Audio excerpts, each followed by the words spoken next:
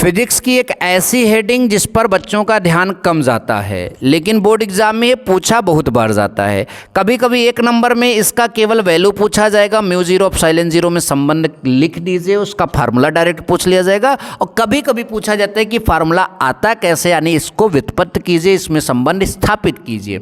तो मैं दोनों तरह के प्रश्नों का उत्तर देने की कोशिश करूंगा। सबसे पहले क्या करूंगा कि इसका संबंध कैसे आता है वो लिखाऊंगा, और उसके बाद जो है अगर केवल संबंध लिखना है तो वो कैसे लिखना है वो बताऊंगा। ठीक, अच्छा। वी नो डैट मतलब हम जानते हैं। क्या जानते हैं? हमने बायो-सेवर्ट का नियम पढ़ा, उससे पहले बहुत सारी चीज़ें पढ़ी, तो उसमें हमें क्या पता है, म्यू जीरो का मान होता है 4 पाई इंटू 10 की पावर -7 न्यूटन प्रति एम्पियर स्क्वायर, समीकरण नंबर 1। ये हमें पता है। और हमें यह भी पता है 1/4 pi epsilon zero is equal to 9 × 10⁻9 newton metre square प्रति coulomb square, newton metre square प्रति कूलाम स्क्वायर। ये हमने जो है कूलाम के नियम में पढ़ा था। यहाँ से एप्सिलॉन जीरो का मान निकालेंगे, यानी एप्सिलॉन जीरो का मान निकालने के लिए इसको इधर कर देंगे, तो इसको इधर कर देंगे, यानी एप्सिलॉन जीरो बराबर 1/4 पाई इंटू 9 × 10⁻9, और मात्रक जो है बदल जाएगा, ये ऊपर चला जाएगा क्योंकि नीचे गया ना, तो ये ऊपर हो जाएगा, और ये मात्रक आपका नीचे समीकरण नंबर 2। अच्छे समझ में आया? पहले समीकरण नंबर 1 फिर समीकरण नंबर 2, कोई दिक्कत नहीं। ठीक, अच्छा। उसके बाद हम क्या करते हैं, समीकरण 1 और समीकरण 2 का गुणा कर देते हैं। ठीक, ध्यान से देखिए, तो समीकरण 1 और 2 का गुणा करेंगे तो इधर आपका म्यू जीरो एप्सिलॉन जीरो हो जाएगा, इधर इतना गुणते इतना, इधर आपका 4 पाई गुणते 10⁻7 न्यूटन प्रति एम्पियर स्क्वायर है, और इधर इतना है, तो हमने ये लिख दिया। इसमें आपको कोई दिक्कत होनी भी नहीं चाहिए। अच्छा, बहुत बढ़िया। अब देखिए 4 पाई से 4 पाई क्या हो जाएगा, कैंसिल हो जाएगा। 1 का गुणा 10⁻7 में करेंगे, 10⁻7 में तो इतना ही आएगा। नीचे 9 × 10⁻9 ही होगा। अब देखिए नीचे न्यूटन है, ऊपर न्यूटन है, कैंसिल हो जाएगा। ऊपर कूलाम का स्क्वायर बचेगा, नीचे एम्पियर का स्क्वायर और मीटर का स्क्वायर बचेगा। यहाँ तक भी आपको कोई दिक्कत नहीं है। अच्छा भैया, आगे क्या लिखेंगे, म्यू जीरो एप्सिलॉन जीरो, ये घात नीचे आएगी तो जुड़ जाएगी, तो 9 और 7 कितना हो जाएगा, 16। तो 1/9 × 10⁻16।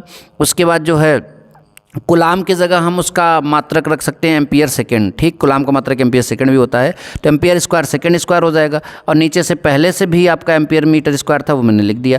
अब अगली लाइन जब मैं लिखने जाऊंगा तो एम्पियर स्क्वायर से एम्पियर स्क्वायर कटा रहेगा, सेकेंड स्क्वायर बटा मीटर स्क्वायर, और फिर सेकेंड स्क्वायर इसके नीचे चला जाएगा, तो 1/मीटर स्क्वायर प्रति सेकेंड स्क्वायर यहाँ पर आपका आएगा अगली लाइन में। कहाँ आएगा? अगली लाइन में। ठीक, ध्यान से देखिए, तो देखिए अभी हमने इतना ही लिखा, mu zero epsilon zero is equal to 1/9 into 10 की पावर 16, यानी 16 सेकेंड स्क्वायर बटा मीटर स्क्वायर। फिर मैंने इसको नीचे कर दिया, तो 1/, ये आपका मीटर स्क्वायर प्रति सेकेंड स्क्वायर हो गया। अब देखिए 3 किसका वर्ग होता, 9 किसका वर्ग होता है, 3, और 10⁻16 किसका वर्ग होता है, 10⁻8 का, और मीटर स्क्वायर किसका वर्ग होता है, मीटर का। सेकंड स्क्वायर किसका वर्ग होता है, सेकंड का। तो मैं लिखूंगा 1/3 × 10⁸ मीटर प्रति सेकंड का होल स्क्वायर। इसका स्क्वायर करेंगे ये, इसका करेंगे ये, इसका करेंगे, यानी वही चीज़ जो वहाँ पर है, इसको इस तरह से लिख दिया गया। आप सबने पढ़ रखा है कि चूंकि c यानी प्रकाश की चाल इज इक्वल टू 3 × 10⁸ मीटर प्रति सेकंड होता है, तो इसलिए mu zero epsilon zero is equal to 1/, इसकी जगह क्या लिखोगे, c, उसका होल स्क्वायर हो जाएगा। तो फिर mu zero epsilon zero is equal to 1 का स्क्वायर 1 और c का स्क्वायर c स्क्वायर, ये आपका आ जाएगा। तो c स्क्वायर इधर कर देंगे, ये आपका इतना आ जाएगा। ठीक, तो इस तरह से हमारा ये फार्मूला बन गया। तो म्यू जीरो एप्सिलॉन जीरो में केवल संबंध अगर आपसे पूछे तो आप इतना छाप कर जाइएगा। ठीक, अब देखिए आप इसका पूरा स्क्रीनशॉट अच्छे से ले लीजिए। सबसे पहले आप जो हेडिंग डालिए, और ये 2 समीकरण जो बना है यहाँ तक, ऐसे शॉर्टकट और इस तरह से आपको चीज़ें केवल हमारे ही चैनल पर मिलेंगी। ध्यान से देखिएगा। ठीक, इतना नोट कर लीजिए। उसके बाद समीकरण 1 और 2 का गुणा करके जो लिखा गया, इतना नोट कर लीजिए। ठीक, उसके बाद हमारे पास जो है इतना जो है इसको नोट कर लीजिए। ठीक, और लास्ट में इन लाइनों को नोट कर लीजिए। ऐसे और वीडियोज़ के लिए चैनल को सब्सक्राइब करके रखिएगा। मिलेंगे नेक्स्ट वीडियो में। Thank you so much. जय हिंद, वंदे मातरम।